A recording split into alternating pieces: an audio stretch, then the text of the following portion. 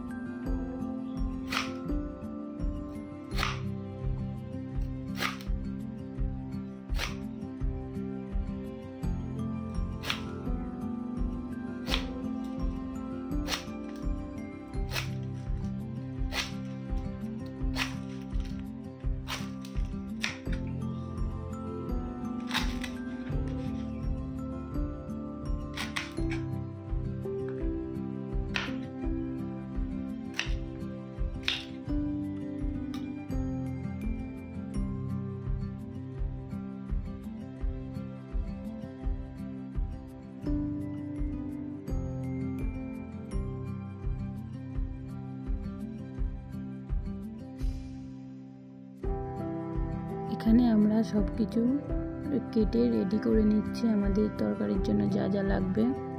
তারপর কড়াতে তেল গরম করে আমরা সব কিছু দিয়ে নাড়তে শুরু করে দিয়েছি। আর এদিকে প্রেসার কুকারে আমরা ইঁচড় আলু সিদ্ধ করে চিংড়ি মাছ আর ইঁচড়টা এর মধ্যে রাখা হচ্ছে। সব কিছু তেল দিয়ে ভালো করে কষে নিয়ে অল্প একটু জল দিয়ে আবার রান্না শুরু করে দিয়েছি।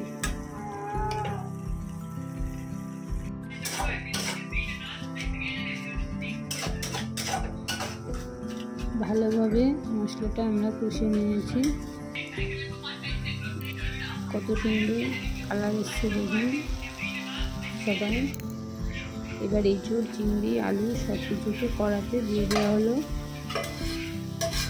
আমাদের ভিডিওটি কেমন লাগছে সবাই কমেন্ট করে বলবেন। আমাদের চ্যানেলটিকে সাবস্ক্রাইব করবেন। ভালোভাবে নেড়ে নিয়ে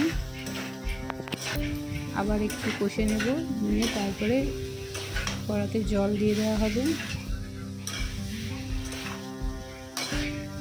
দিয়ে ভালোভাবে গ্রেভি টাইপের হয়ে গেলে আমরা আমাদের তরকারিটা কমপ্লিট হয়ে যাবে।